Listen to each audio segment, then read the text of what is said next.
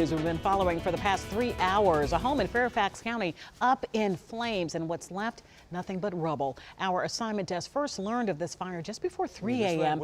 and we immediately sent Matt Gregory to the scene. You hear him there already ready to give this report. Good morning. Go this way.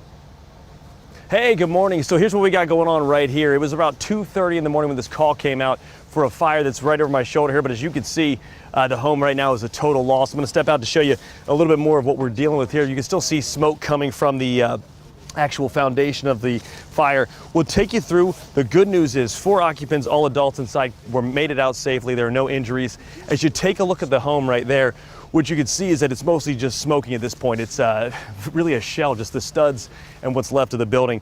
Take you through 2:30, the call comes in.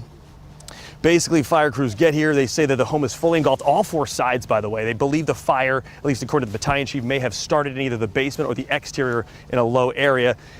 Fire crews had to take what's called a defensive position, pour water into the homes. The occupants, like I said, made it out safely. And it was at that point that they realized it was a total loss. Throughout the morning, crews have been here taking a look at, how to do the investigation, watching the hot spots. You can see it's still smoldering at this point. But even though, where we are, by the way, it's River Road. It's just off the Potomac River here in Lorton. So it's very far, very remote and removed.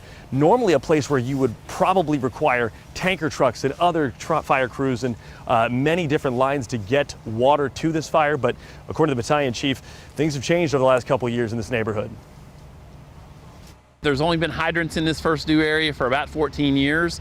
If you've got to use the tankers and do a tanker task force and, the drop tanks, it would be a whole lot different. It would be, we like to say it would be a swimming pool, but with hydrants here, we got a good knock on the fire and put it out pretty quick.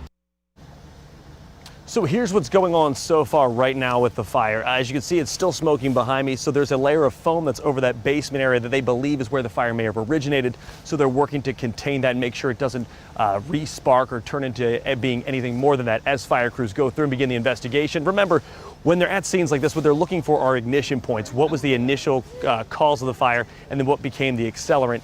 Now, as we're going through the process today, again, one of the things to keep in mind is that this was a total loss in the home, but all 4 adult occupants did make it out safely, and that's the good news today for what is obviously an otherwise devastating fire. But for now, in Lorton, I'm Matt Gregory. Back to you.